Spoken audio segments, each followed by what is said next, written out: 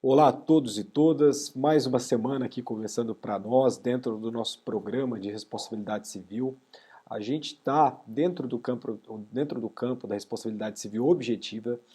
O tema que a gente vai tratar hoje, alguns autores deslocam do paradigma, né, da responsabilidade objetiva esse tema para a responsabilidade subjetiva, mas isso é um problema acadêmico que não vai prejudicar vocês aí nas provas, etc. Tá? Queria agradecer também publicamente todas as pessoas que responderam o meu formulário lá do que eu mandei para vocês no grupo do WhatsApp. É, Pelo que eu verifiquei, constatei lá, vocês preferem utilizar desse tipo de metodologia através de vídeos, vídeos um pouquinho mais curtos do que os antigos, né? Por óbvio que eu já tenho tentado adotar esse tipo de medida. Óbvio que às vezes tem uma aula que será um pouquinho mais longa e outras não. Mas o tema de hoje é um tema muito gostoso, vamos assim dizer. É um tema muito instigante, é um tema que é muito legal de você estudar, principalmente se você pegar tratados, né? Ao invés de manuais de responsabilidade civil ou de direito civil, vocês se depararão com algumas minúcias ali que, óbvio, que a gente não vai trabalhar aqui, porque senão a gente não conseguiria acabar. Daria para dar um curso só de abuso do direito, mas a gente vai deixar isso para a pós-graduação de vocês, tá? Introduzindo a matéria, a gente tem que ter em mente, voltando às nossas discussões, é que o nosso Código Civil lá de 1916, ele tinha um caráter, ele era essencialmente subjetivista, né? Porque todo o sistema do Código Civil de 1916, ele estava fundado lá numa cláusula geral, que era a cláusula geral do artigo 159. E o artigo 159 do Código Civil de 1916 possuía a cláusula geral da culpa provada. E essa culpa provada ela era tão hermética, mas tão hermética, que a própria evolução da responsabilidade civil ela se desenvolveu ali de um modo através de leis especiais. Então, a gente tinha um desenvolvimento da responsabilidade civil sendo tratada através de leis especiais. Por exemplo, o nosso Código de Defesa do Consumidor, que é uma lei de 1990, em que estipulou ali uma responsabilidade objetiva via de regra. Então, a gente tinha leis especiais que adotavam uma postura de uma responsabilidade civil objetiva em decorrência dessa postura de culpa provada do Código de 16. E o nosso Código Civil de 2002, propriamente dito, ele fez uma profunda modificação no que se refere à nossa responsabilidade civil, propriamente dita, porque a gente tem aquela toda evolução que a gente passou para vocês nas últimas aulas, ali decorrentes do maquinismo, né, das questões industriais, do trabalho, dentro do século XX. Então, embora a gente tenha mantido a nossa responsabilidade subjetiva dentro da nossa codificação material, o nosso Código Civil de 2002, a gente pode dizer que ele optou por uma postura de responsabilidade objetiva. Tão extensas e profundas são as cláusulas gerais que a consagram, tais como as cláusulas que a gente vai estudar hoje especificamente, que é o abuso do direito, que está dentro do artigo 187 do Código Civil, e o exercício de atividade de risco ou atividade perigosa, que está no parágrafo único do artigo 927, também os danos causados por produtos, na regra do 931, responsabilidade pelo fato de outrem, que é a regra do 932, combinada com o artigo 933 do Código Civil, responsabilidade pelo fato da coisa e do animal, que é o 936, 937 e 939. Além disso, finalmente, a nossa responsabilidade dos incapazes na regra do 928. Então, a gente tem uma sistemática própria adotando uma postura da adoção da responsabilidade objetiva, deixando um pouquinho de lado a nossa responsabilidade subjetiva, mas não abandonando. Lembra que a gente já falou também sobre isso, que é impossível abandonar a responsabilidade subjetiva, porque de fato a gente é inimaginável a gente imaginar um sistema sem o nosso elemento culpa propriamente dito, né? Então, a nossa responsabilidade subjetiva, ela prevalecerá no tempo, mas em decorrência de algumas minúcias, alguns acontecimentos históricos, a gente adotou uma postura muito mais objetivista do que subjetivista, tá? Então, a nossa responsabilidade subjetiva hoje, ela se restringe às relações interindividuais. Então, o que a gente está querendo falar em relações interindividuais?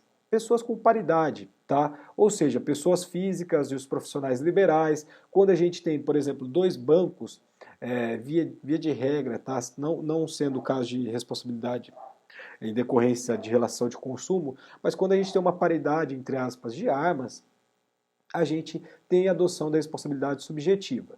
Por outro lado, a nossa responsabilidade objetiva ela vai dominar todas as relações entre o grupo e o indivíduo, ou seja, Estado, empresas, fornecedores de produtos e serviços, etc. Então, quando você tem uma relação mais, entre aspas, desequilibrada, uma relação entre um grupo e o indivíduo, a gente tem, via de regra, a nossa responsabilidade objetiva. Então, a gente vai examinar essas cláusulas gerais de responsabilidade objetiva previstas no nosso Código Civil de 2002 e a gente vai começar hoje com o nosso abuso de direito, tá? Então, a gente tem que lembrar que a nossa responsabilidade objetiva, por mais que seja uma cláusula geral, é norma jurídica de enunciado aberto e amplo, tá? Então, o que isso permite? Permite uma abrangência da formulação e a sua aplicação ela será feita de uma maneira indeterminada, independentemente do número de situações que ocorrerem. Ou seja, a gente tem uma cláusula geral em que você tem uma prática cotidiana, uma situação cotidiana, e essas situações são diferentes, e a gente vai pegar essa cláusula geral e vai fazer uma interpretação hermenêutica, né, para ver se adequa melhor ou não. Eu vou utilizar de uma figura de linguagem para deixar muito claro para vocês. Então a gente vai imaginar que a cláusula geral vai ser uma moldura jurídica dentro da qual caberá ao intérprete pintar o quadro. Então a gente tem uma moldura em que o julgador vai pintar esse quadro conforme for a situação, tá? A norma, ela não contém uma solução restrita e única para as várias situações ali que surgem na sociedade. Então, no nosso direito civil, e aqui tem um ponto diferente do nosso direito penal, ela não vai descrever condutas típicas ou condutas atípicas, etc. Tá? A gente não tem isso, a gente tem uma cláusula geral, a gente não tem um quadro pintado, o intérprete terá que pintar esse quadro por si só, mas se utilizando da nossa moldura, que é a nossa cláusula geral. Então, a nossa sistemática civilista vai possibilitar uma aplicação segundo as peculiaridades e necessidades de cada caso concreto e será a função do juiz, será a tarefa dele elaborar a regra para cada caso concreto e ele terá que respeitar ali os contornos dessa moldura jurídica que a gente está utilizando na nossa figura de linguagem. Então a gente tem as cláusulas gerais e essas cláusulas gerais permitem também a atualização do direito sem que haja necessidade de se alterar a lei. Tranquilo até aqui? Então, agora a gente vai trabalhar de forma específica a nossa primeira cláusula geral, que é o abuso de direito como ato ilícito. E o nosso abuso de direito ele é muito interessante. Então, a nossa primeira cláusula geral de responsabilidade objetiva vai estar lá escrita, vocês encontrarão ela dentro do nosso artigo 187 do Código Civil, e esse artigo 187 do Código Civil ele terá que ser conjugado com o artigo 927 também da nossa sistemática civilista. O que tem o artigo 187, o que ele vai dizer para nós? Ele vai conceituar o que é o abuso de direito e é uma conceituação legal, isso é muito positivo, tá? Apesar de ter alguma crítica aqui a colar, como sempre, mas é muito bom porque a gente tem um conceito, uma definição legal do que seria abuso do direito. Isso está previsto no nosso artigo 187 do Código Civil, quando ele diz que também comete ato ilícito o titular de um direito que, ao exercê-lo, excede manifestamente os limites impostos pelo seu fim econômico ou social, pela boa-fé ou pelos bons costumes. Então a gente tem aqui uma limitação do exercício de um direito impostos ali pelo seu fim econômico ou social, pela boa-fé ou pelos bons costumes. Olha que interessante, a gente vai destrinchar esse artigo 187 na nossa aula de hoje. O que a gente vê aqui preliminarmente, né? A gente vê que o nosso artigo 187, que conceitua o nosso abuso de direito, está definindo o abuso de direito como ato ilícito, diferentemente do que ocorre ali no nosso artigo 186.